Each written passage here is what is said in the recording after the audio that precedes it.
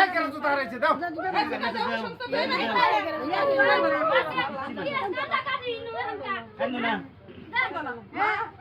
এই দাও তো জুতা কেন নিছে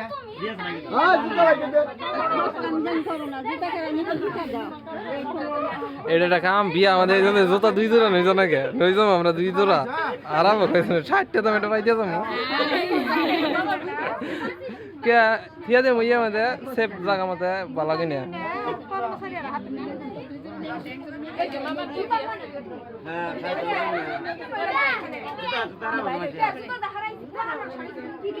রাখতে যাইগো